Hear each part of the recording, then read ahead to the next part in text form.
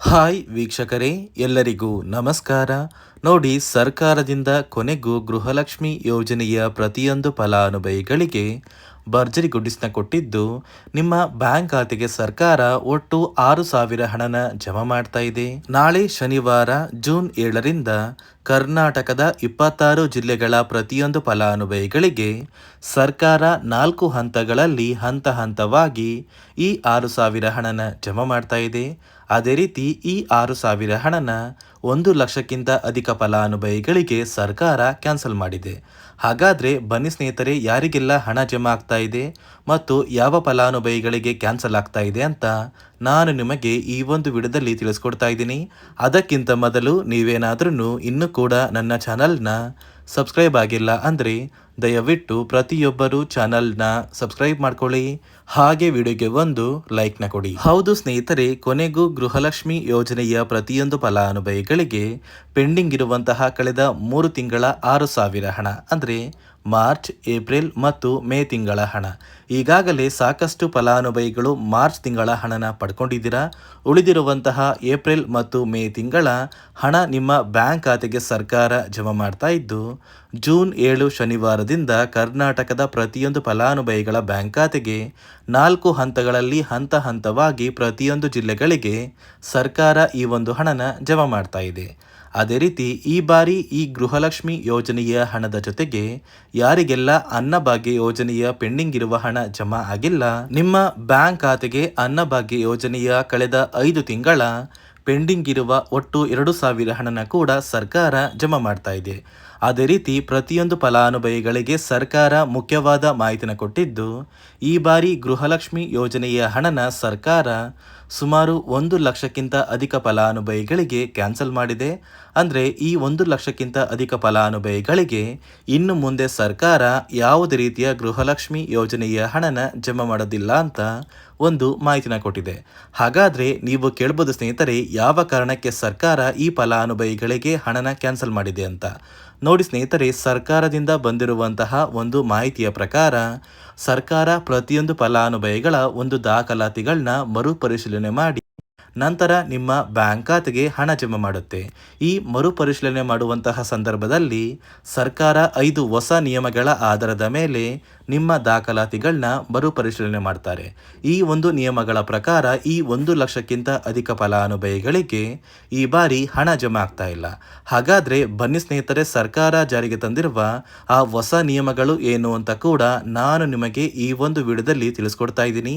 ಅದಕ್ಕಿಂತ ಮೊದಲು ನಾಳೆ ಶನಿವಾರ ಜೂನ್ 7ರಂದು ಕರ್ನಾಟಕದ ಯಾವ ಜಿಲ್ಲೆಗಳಿಗೆ ಯಾವ ಹಂತಗಳಲ್ಲಿ ಈ 6,000 ಹಣನ ಸರ್ಕಾರ ಜಮಾ ಮಾಡ್ತಾ ಇದೆ ಅಂದರೆ, ನೋಡಿ ಸ್ನೇಹಿತರೆ, ಮೊದಲ ಹಂತದಲ್ಲಿ ಬೆಳಗಾವಿ ವಿಭಾಗಕ್ಕೆ ಹಣನ ಜಮಾ ಮಾಡ್ತಾ ಇದ್ದು, ಈ ಒಂದು ವಿಭಾಗದಲ್ಲಿ ಬರುವಂತಹ ಒಂದು ಜಿಲ್ಲೆಗಳ ಹೆಸರು ಬಾಗಲಕೋಟೆ, ಬೆಳಗಾವಿ, ವಿಜಯಪುರ, ಧಾರವಾಡ, ಗದಗ, ಹಾವೇರಿ ಮತ್ತು ಉತ್ತರ ಕನ್ನಡ. ಈ ಜಿಲ್ಲೆಗಳ ಪ್ರತಿಯೊಂದು ಫಲಾನುಭವಿಗಳಿಗೆ ಮೊದಲ ಹಂತದಲ್ಲಿ 6,000 ಹಣ ಜಮಾ ಆಗಲಿದೆ. ಅದೇ ರೀತಿ ಎರಡನೆಯ ಹಂತದಲ್ಲಿ ಬೆಂಗಳೂರು ವಿಭಾಗಕ್ಕೆ ಈ ಒಂದು ಹಣ ಜಮಾ ಆಗ್ತಾ ಇದ್ದು, ಈ ಒಂದು ಹಂತದಲ್ಲಿ ಬರುವಂತಹ ಒಂದು ಜಿಲ್ಲೆಗಳ ಹೆಸರು ಬೆಂಗಳೂರು ನಗರ, ಬೆಂಗಳೂರು ಗ್ರಾಮಾಂತರ, ರಾಮನಗರ, ಚಿಕ್ಕಬಳ್ಳಾಪುರ, ಚಿತ್ರದುರ್ಗ, ದಾವಣಗೆರೆ, ಕೋಲಾರ, ಶಿವಮೊಗ್ಗ ಮತ್ತು ತುಮಕೂರು.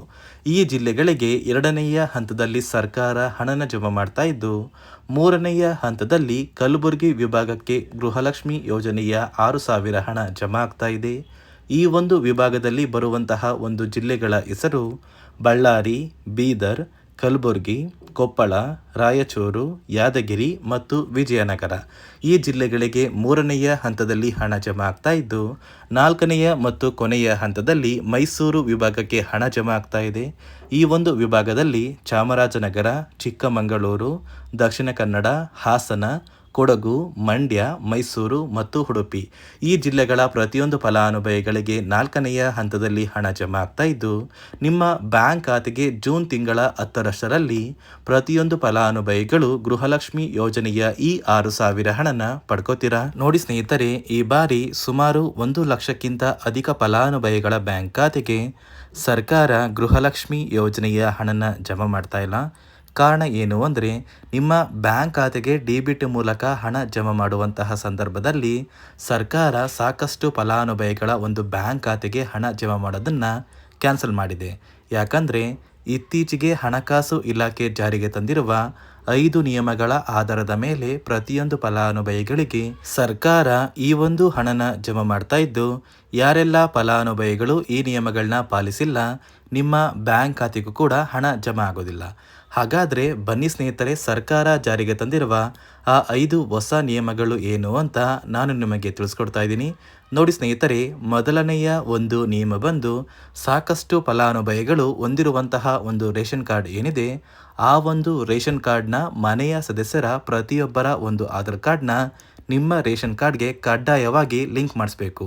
ಅಂದರೆ ಈ ಒಂದು ಲಿಂಕ್ ಮಾಡಿಸುವಂತಹ ಒಂದು ಪ್ರೊಸೀಜರ್ಗೆ ಸರ್ಕಾರ KYC ಅಂತ ಕರೀತಾರೆ. ನಿಮ್ಮ ರೇಷನ್ ಕಾರ್ಡ್ಗೆ ಇನ್ನೂ ಸಹ KYC ಆಗಿಲ್ಲ ಅಂದರೆ ನಿಮ್ಮ ಬ್ಯಾಂಕ್ ಖಾತೆಗೆ ಸರ್ಕಾರ ಮುಂದಿನ ದಿನಗಳಲ್ಲಿ ಗೃಹಲಕ್ಷ್ಮಿ ಯೋಜನೆಯ ಹಣನ ಕ್ಯಾನ್ಸಲ್ ಮಾಡುತ್ತೆ.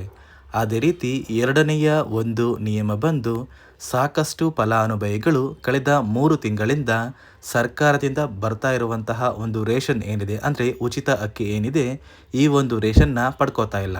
ಒಂದು ವೇಳೆ ಕಳೆದ 3 ತಿಂಗಳಿಂದ ನೀವು ರೇಷನ್ನ ಪಡ್ಕೊಂಡಿಲ್ಲ ಅಂದರೆ ಸರ್ಕಾರ ನಿಮ್ಮ ಬಳಿ ಇರುವಂತಹ ಒಂದು ರೇಷನ್ ಕಾರ್ಡ್ನ ಕ್ಯಾನ್ಸಲ್ ಮಾಡುತ್ತೆ.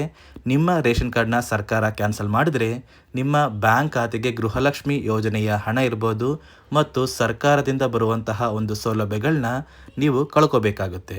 ಅದೇ ರೀತಿ ಮೂರನೆಯ ಒಂದು ನಿಯಮ ಬಂದು ನೋಡಿ ಸ್ನೇಹಿತರೆ, ನಿಮ್ಮ ಬಳಿ ಇರುವಂತಹ ಒಂದು ಆಧಾರ್ ಕಾರ್ಡ್ ಏನಿದೆ, ಆ ಒಂದು ಆಧಾರ್ ಕಾರ್ಡ್ನ ಕಳೆದ 15 ವರ್ಷಗಳಲ್ಲಿ ನೀವು ಯಾವುದೇ ರೀತಿಯ ಒಂದು ತಿದ್ದುಪಡಿನ ಮಾಡಿಸಿಲ್ಲ ಅಂದರೆ ನಿಮ್ಮ ಬ್ಯಾಂಕ್ ಖಾತೆಗೆ ಸರ್ಕಾರ ಗೃಹಲಕ್ಷ್ಮಿ ಯೋಜನೆಯ ಹಣನ ಕ್ಯಾನ್ಸಲ್ ಮಾಡುತ್ತೆ. ಯಾಕಂದರೆ ಸರ್ಕಾರದಿಂದ ಬಂದಿರುವಂತಹ ಒಂದು ಆದೇಶದ ಪ್ರಕಾರ ಪ್ರತಿಯೊಂದು ಫಲಾನುಭವಿಗಳು ಕಳೆದ 15 ವರ್ಷಗಳಲ್ಲಿ ಯಾವುದೇ ರೀತಿಯ ಒಂದು ತಿದ್ದುಪಡಿನ ನಿಮ್ಮ ಆಧಾರ್ ಕಾರ್ಡ್ಗೆ ನೀವು ಮಾಡಿಸಿಲ್ಲ ಅಂದರೆ ಕಡ್ಡಾಯವಾಗಿ ಆದಷ್ಟು ಬೇಗ ನಿಮ್ಮ ಆಧಾರ್ ಕಾರ್ಡ್ಗೆ ತಿದ್ದುಪಡಿನ ಮಾಡಿಸಿ.